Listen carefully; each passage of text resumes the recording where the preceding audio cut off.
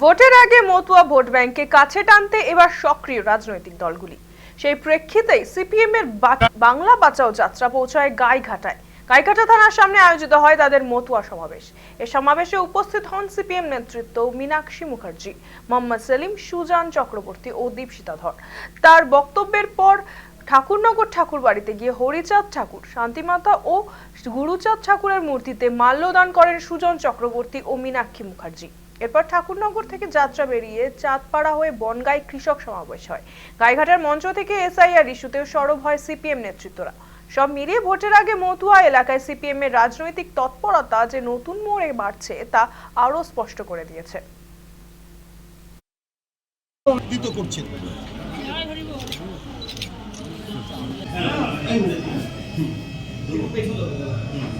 মানুষ বামপন্থীদের সঙ্গেই ছিলেন, চিরকাল ছিলেন, কারণ সমাজ সংস্কারের তারা পক্ষে, ব্রাহ্মণ্যবাদের বিরুদ্ধে এবং শিক্ষার জন্য, ঐক্যের জন্য, সম্প্রীতির জন্য। বিজেপি যা করে এবং তৃণমূলও করেছে, প্রথমে তৃণমূল করেছে, একটু বড় মাকে সম্মান টম্মান জানিয়ে দিয়ে মমতা ব্যানার্জি একটু ঠাকুর বাড়িতে গিয়ে, আর বিজেপি তৃণমূল মিলে ঠাকুর বাড়িকেই ভাগ করে দিয়েছেন। হরিচাঁদ গুরুচাঁদ ঠাকুরের শিষ্যদেরকে ভাগ করে দিয়েছেন, তাদের বংশকে ভাগ করার চেষ্টা করেছেন।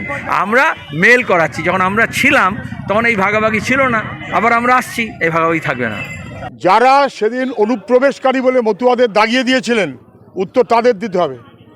যারা মতুয়া সমাজের ভোট নিয়ে এমপি হয়েছেন, মন্ত্রী হয়েছেন, উত্তর তাদের দিতে হবে। এরা মিলিয়ে মতুয়া সমাজের ভোটের অধিকার অথবা মানুষের ভোটের অধিকার কেড়ে নেবেন, তা হতে পারে না। ইউনিভার্সাল ফ্র্যাঞ্চাইজ, সার্বজনীন ভোটাধিকার, ফলে সেই সার্বজনীন ভোটাধিকার কারুর যদি বঞ্চিত হয়, আমরা বলবো ঐক্যবদ্ধ থাকুন, প্রয়োজনে কোর্টে যাব। মতুয়া ভোট বলে আলাদা কথা হয় বলে আমরা মনে করি না। এরা আমাদের সমাজের বিশিষ্ট অংশ। খালপাড়ায় যে লোক থাকে, গরিব লোক, তারও যেমন অধিকার আছে, মতুয়া সমাজে মানুষ তারও অধিকার আছে, আদিবাসী মানুষ তারও অধিকার আছে। বাম আমলে এরা এদের পছন্দ মতন ভোট দিয়েছে। তৃণমূল এসে দখলদারি করতে চেয়েছে, তৃণমূলের দখলদারি ভেঙে এখন আবার বিজেপির দখলদারির প্রচেষ্টা চলছে। আমরা এই দখলদারি ভাঙবো, মানুষ তার মতন করে ভোট দেবেন। আসল কথা হচ্ছে এই গোটা সম্প্রদায়কে নির্দিষ্ট দুটি রাজনৈতিক দল তাদের চেয়ার পাওয়ার জন্যে সিঁড়ি হিসাবে ব্যবহার করেছেন। তাদের এই ধরনের বিভিন্ন উদ্বিগ্নতা এবং তাদের এই সমস্যাগুলোকে, তাদের এই যা তারা অস্থিরতার মধ্যে ভুগছেন, সেই অস্থিরতাকে ব্যবহার করে ফেলে দিতে চাইছে।